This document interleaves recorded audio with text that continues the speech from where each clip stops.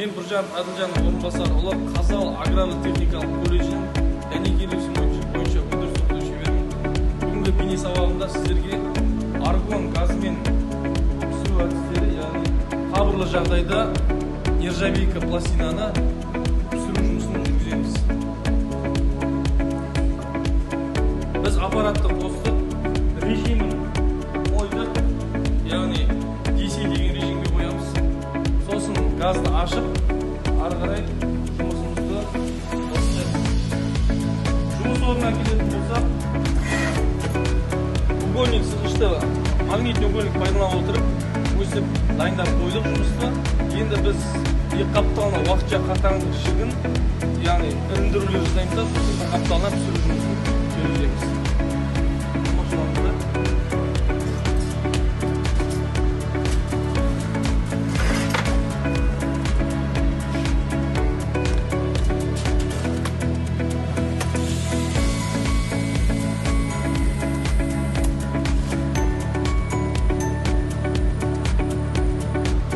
Біздер қазіргі таңда іріндірулер жасадық арт жағына, яғни пісіру жұмысын жікті жүргізген кезде пластина бір қапталға қарай секте пішті.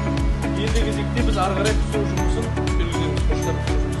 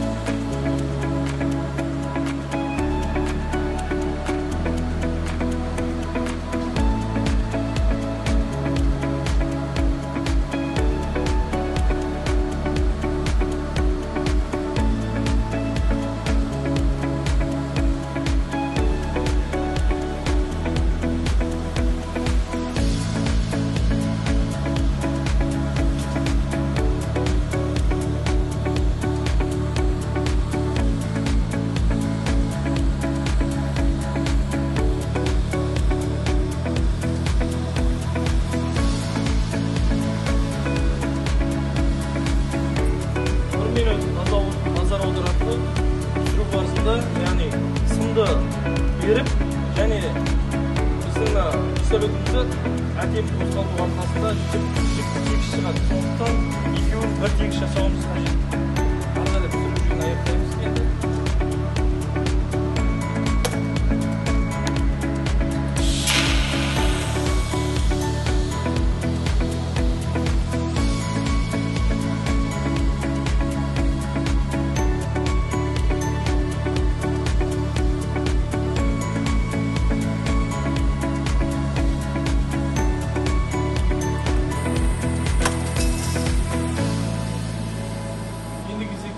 Жікті бері қарай таныстырып көрсем.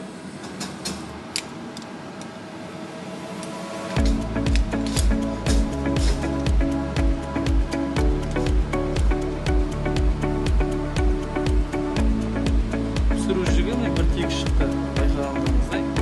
Сосын тағы да мына пластина бір қапталға қисайған жоқ.